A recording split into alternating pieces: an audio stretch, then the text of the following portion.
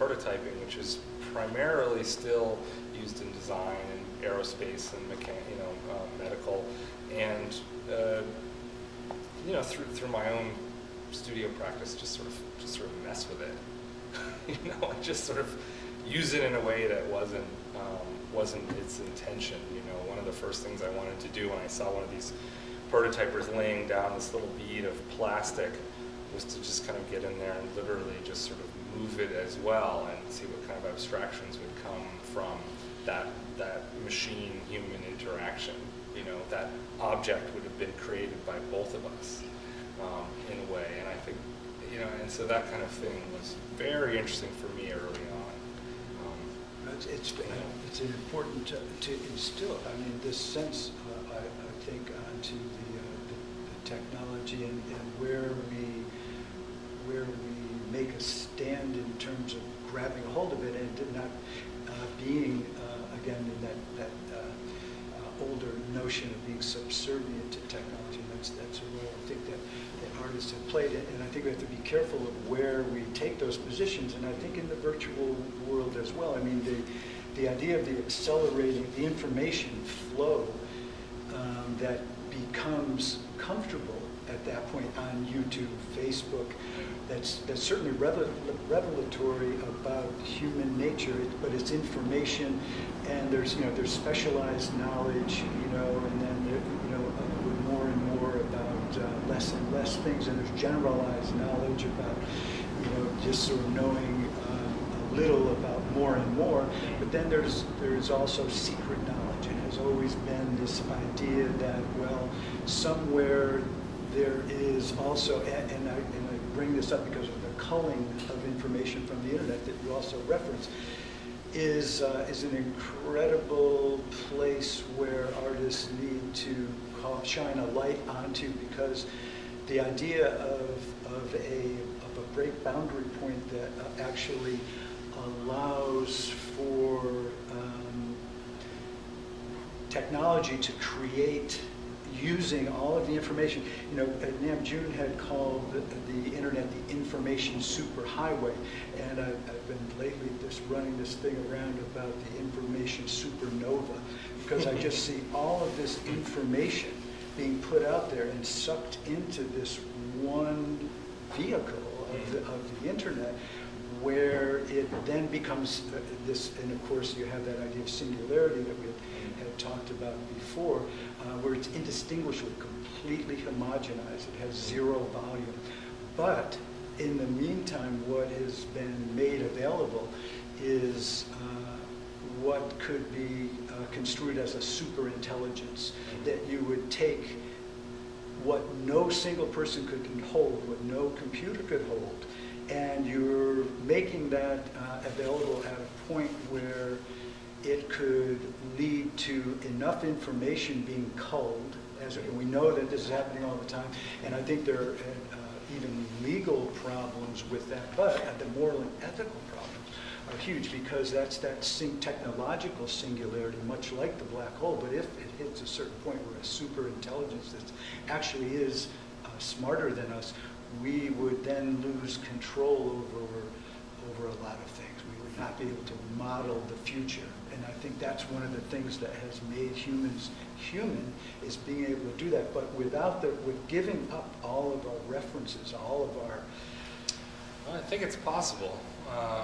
Although I feel that if there becomes a single intelligence, that it's going to... I think there's going to be reliance. There's going to be need for symbiosis for the two to survive. Possibly, but it self-replicates. Suppose it were a machine or a device that were smart enough that it could make a version of itself that's more advanced than we would be capable of making, because it knows everything about our strengths, weaknesses, fetishes, flaws, whatever, because all that information is now... Well, and artists, I think, and certainly politicians are less likely to do so, need to take a stand in some of these areas and illuminate some of them. Well, it may be that we, instead of standing next to each other, actually absorb into each other. I mean, there's already, I would argue, a cybernetics that exists now in a form that I've never read about.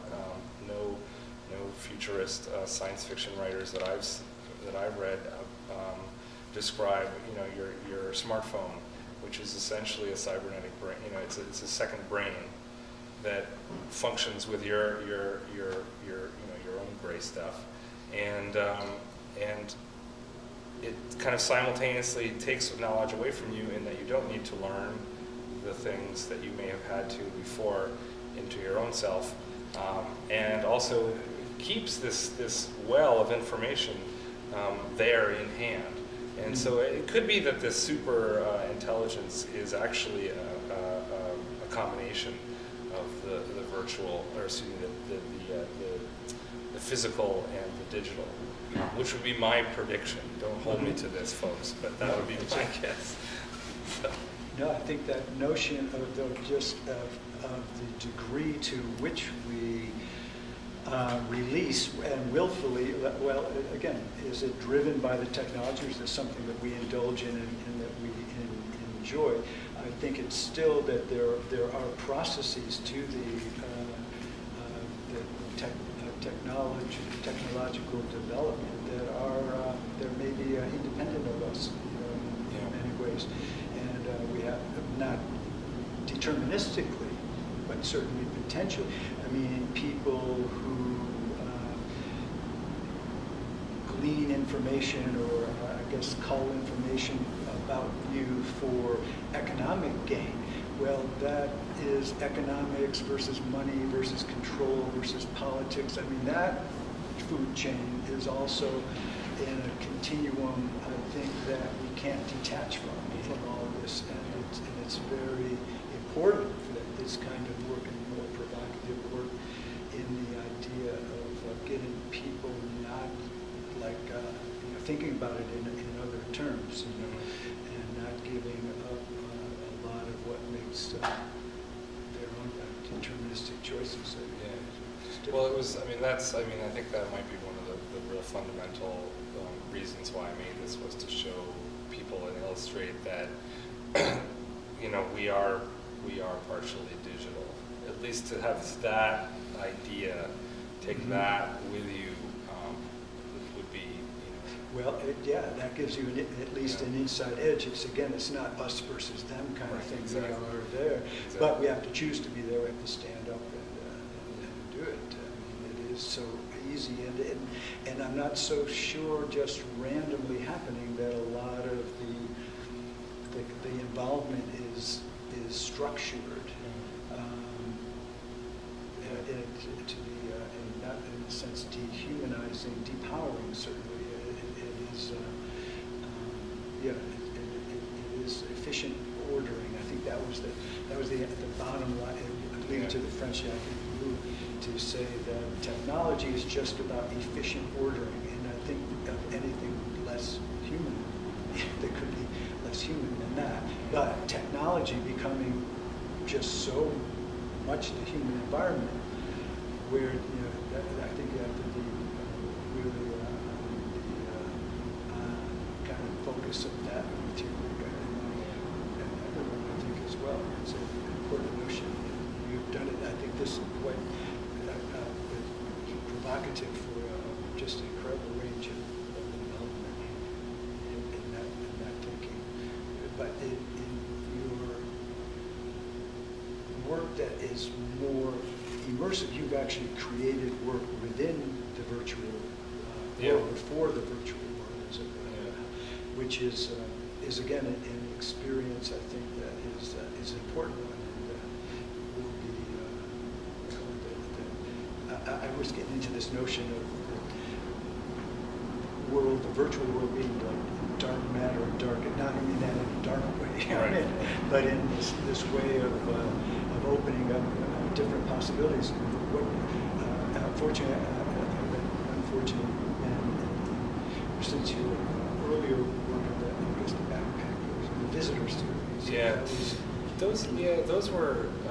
This was work that I made where I sculpted in Second Life elements of figures, so their limbs maybe, or some other piece of them, and then projected those over actual figures that I made, so that again the two came together, the actual and the virtual came together.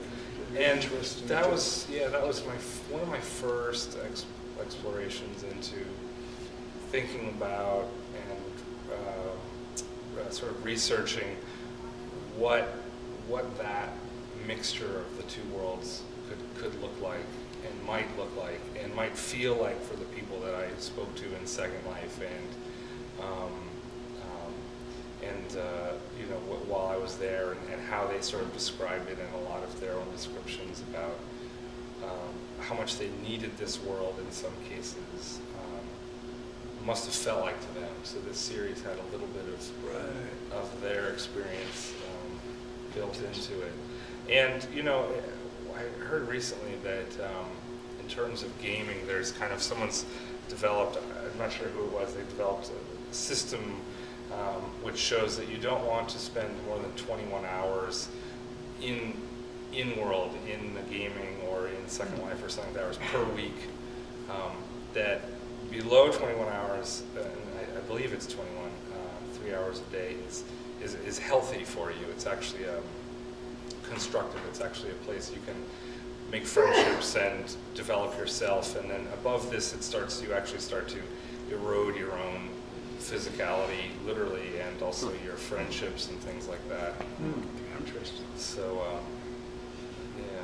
yeah, I think that's a place. And again, and it was when I became aware of what this piece actually was, I thought it was not a departure from that direction, because I knew how strongly you were positioned in that ability to work in that domain. But I believe that this, again, with those markers or references or boundaries, this piece is very timely, very significant in that way, for showing this sort of juncture, the interstices that we're facing, and it's good for you for going to the next level. And I will certainly consider now opening up my own thinking about it. You get very, as I say, chauvinistic in a way. Sure. You're very provincial, I guess. Yeah. In a way. It would be, I think, probably in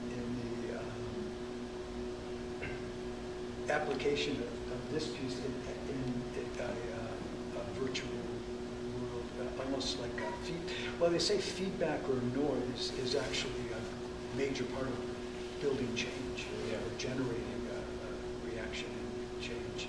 But that would be interesting to, the scale of it would be difficult, though, maybe. Well, actually, I'll talk a little bit about that, I suppose.